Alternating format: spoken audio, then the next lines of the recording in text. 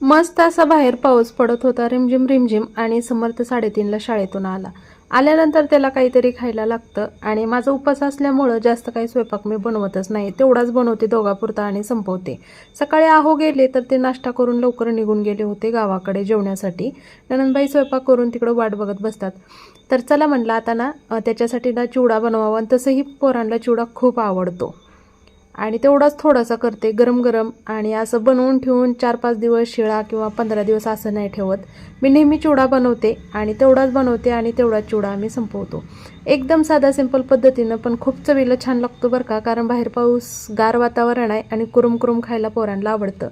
तर जिरे, मोहरी, लसूण आणि शेंगदाणे टाकले, थोडंसं हिंग, कसुरी मेथी आणि तिखट, हळद, मीठ, झालं इतकंच टाकलेलं आहे. पण टेस्ट खूप भारी लागते, कारण हे कुरकुरीत जे भेळा चुरमुरे असतात ना ते. तर कोल्हापुरी मेव्याचा चिवडा चांगला बनत नाही, ह्या पद्धतीनं बनव.